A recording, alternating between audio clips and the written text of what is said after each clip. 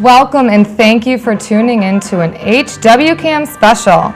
Today we are joined by local author and freelance writer Rob Dinsmoor. Rob, thank you so much for joining us. My pleasure. And Rob has just published Tales of the Troop, which is a fictional account of your experiences writing for the comedy troupe in the Big Apple called the Chuckleheads. Yes, you did your research well. So how did you come to write Tales of the Troop, Rob? Well, I'd been writing for this comedy troupe for 5 years, and then I ended up moving up here. And it looked like we were about to kind of break up anyway. So the troupe ended, and it was kind of, it made me sad. I got some work from Nickelodeon that I still worked on, but eventually that all kind of petered out. And it was just a situation where I was actually feeling kind of like this deep sense of loss from not getting to write comedy anymore. So I started writing, one story, then another, and pretty soon I had a book of stories, basically.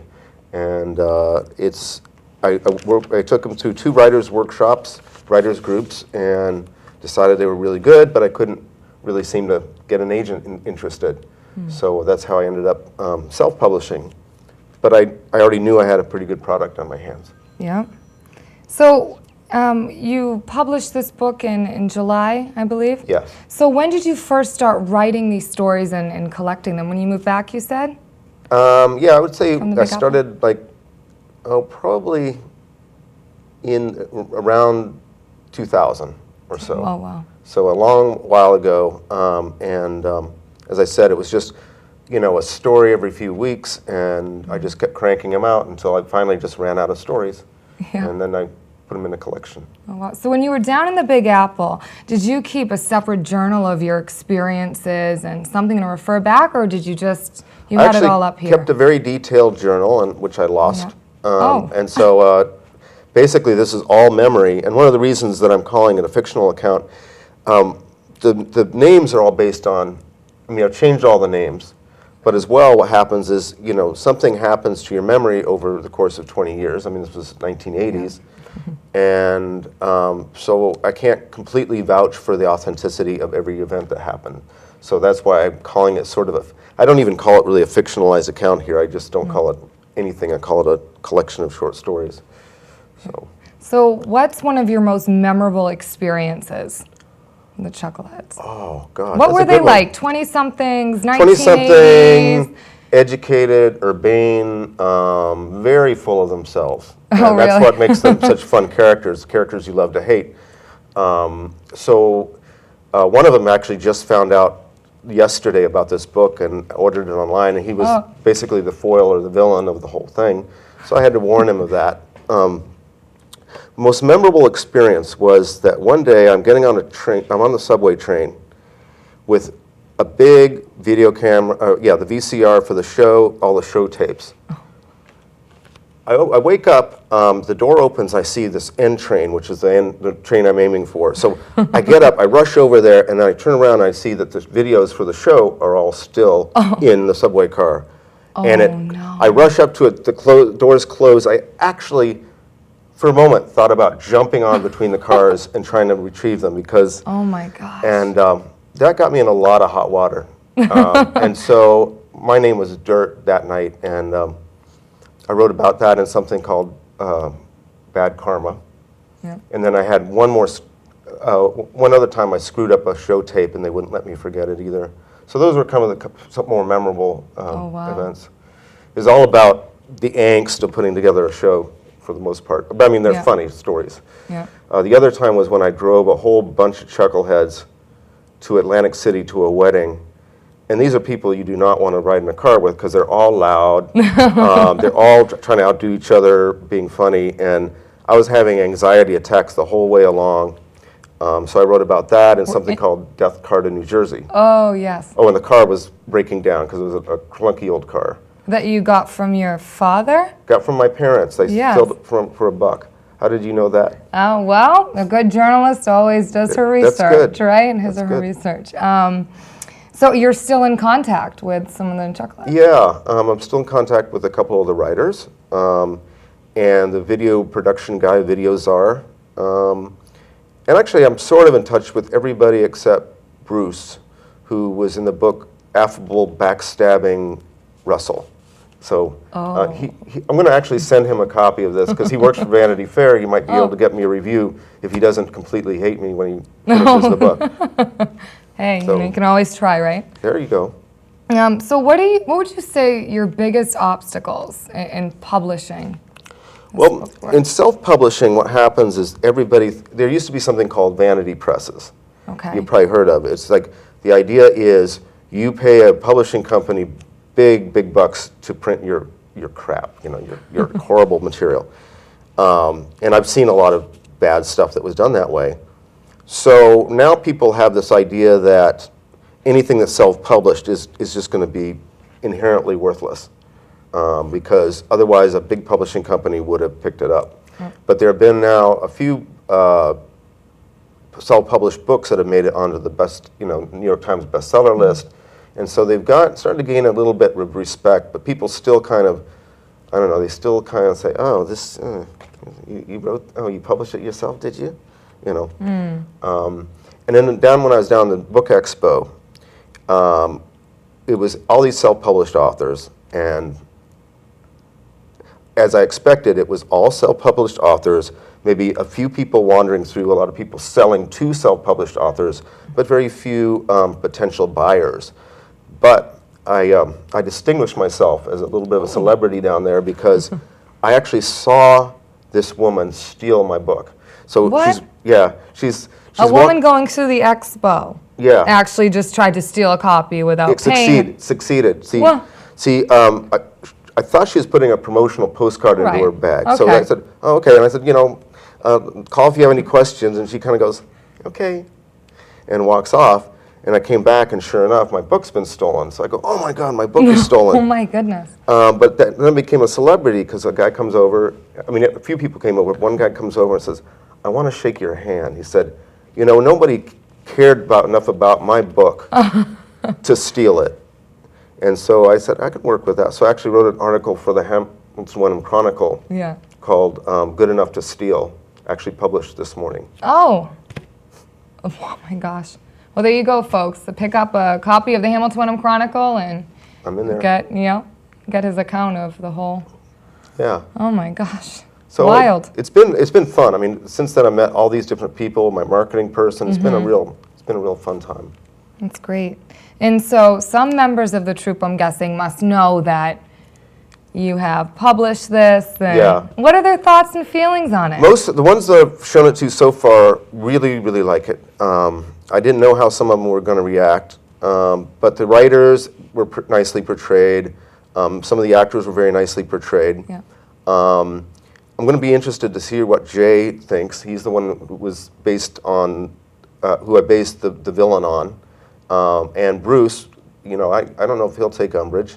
Also, there's this woman I had a crush on. Oh, here we go. And her name is Angie in the book. And once Jay got a hold of it, he lives in LA where they live, and she's going to find out this, because every chapter is like, this guy is just completely can't stop thinking about her. And she knows this, but I don't think she's ready to see herself portrayed as this goddess, that I made her out to be. But wait a second. Okay. Is this was Jay's girlfriend? No, actually it was Jim's girlfriend. Jim's, okay, I was close. And somebody made out with her in a bar, didn't they? Yes, they did. That person was me. Yeah. So you managed to get your hands on some of the material. Yeah, good. Just a little bit. Okay. I did. There were a couple pieces. You can find out a couple pieces online. And That's you have right. a blog, right? Yes, it's on zingology.com blog. So that's where, yes, you can find a lot of these stories, but not all of them because I had to hold some back. So yeah, it's a good place to go to find some of the stories and decide whether you might like to purchase the book. Well, they sound fun. I mean, I'm in my 20s, and I mean, these stories, it's fun to read just about other people's experiences, especially in the Big Apple, where, as we know, anything can happen in a moment's notice, and before you know it, who knows, in Barbara Walters' apartment. I don't know. Happened to me, can happen to you. What? Wait, what happened? I was down interning, and you know, just with your crazy stories, you never know what's going to happen with the subway. And I had to go do an errand and ended up in Barbara Walters' apartment. Oh, cool. Yeah, so cool experience, but Yeah, that was the thing, is that everything in New York was very unpredictable. You really didn't know what the day was going to bring, and it was a certain excitement in that. So. And you know, I've often thought about writing down my experiences and perhaps putting them into a piece, Well, go for such it. as you've done. So what advice would you give to young writers or? It's pretty simple. I've been doing this a lot lately. Everybody, since they found out I wrote a book, is coming and said, oh, I have a book, I have a book. The advice is to write. It's to Don't write. edit what you write, just get it on paper and then worry about it later. And do not talk about your book. Do not go around. I have this friend, Jimmy. I won't give you your last name, Jimmy. Jimmy has been talking about this book. I saw one chapter. He's in an early writers group of mine. It was a great chapter. So he goes around, he talks about this book all the time. Hey, Jim, how's the book going? Oh, it's the balls. It's great. I don't think he's written chapter 2 even. So he's getting all this mileage out of talking about the book, so much so that he doesn't really need to write the book. Yeah. So that's the other piece of advice, is do not talk about your book or whatever project you're writing on. Just do it. And like I said, get it on paper, worry about editing it later. So those are the two biggest pieces of advice I've got for actually getting it on paper. Yeah, and then once you have it all on paper, Then I start to edit. then you start to edit. Yeah, each individual story, I put it away, edit it after the fact, and yeah, you have to actually don't edit something the day after you write. Wait a few weeks, let it get fresh. Because once you put it on paper, it is just so perfect. You know, you've done this masterpiece, as beautifully written as it is. You look at it a week later and you just go, oh my God, what was I thinking? And you just take pen to paper and start cutting it down and rearranging and so forth. And you grew up in Bloomington, Indiana. Yes. Correct? And you started writing when you were 11. Yes. What was your first piece? Do you remember? First piece that was David published? Rostings and the Pendulum. And it was, I just seen The Pit and the Pendulum. I liked Mannix. So I decided to make David Rostings like kind of Mannix-like. And he ends up being under this pendulum. That's about all I can remember of it. Another one was called Cry of the Wolf. And it's about a guy who's a werewolf and commits a murder while a werewolf, and he's trying to convince a jury that he was a werewolf at the time, so he's not responsible for his actions. I mean, this is an 11-year-old. I'd love to be able to find this stuff again and look at it, but unfortunately I didn't hold on to it. So how did you end up here on the North Shore? Just as Chucklehead was starting to kind of fall apart, my wife at the time said, you know, I want to live near where my sister lives. If I look, if I go up there and I find a house, can we move? And I said, sure. So the very next time she's up here, she gives me a ring and goes, can you come up here? And I said, okay. So this is in the middle of one of our craziest shows, most technically difficult shows. And so it was just pure chaos for me to have to fly up there, look at the house, which really was gorgeous. I was still living in it. And then fly back to New York and go to a rehearsal. So it was kind of crazy, but we liked the house, we bought it, and ended up moving just months after the last Chucklehead show. Oh, wow. So she's now living in Chicago, who's friends with my sister, and I'm good friends with her sister, and so there you have it. Yeah. So now what are you working on in the future? Or what are you working on now? Now is the future, right? Now, now is the future. I'm working on, I've got most of them written. It's called The Yoga Divas.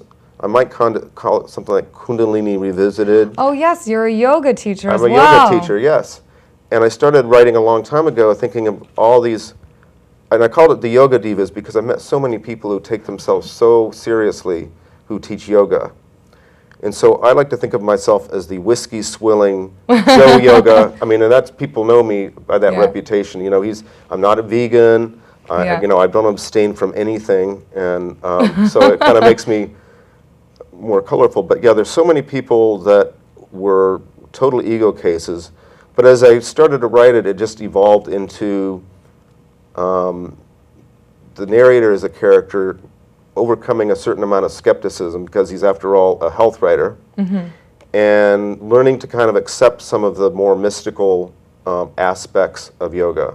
And so that's kind of what a lot of it's about, littered with the same recurring kind of fun characters. And I'm still working on those, and I'm at my publisher's suggestion, I'm going to wait a year before putting that together, because right now I should be channeling it all into marketing this book.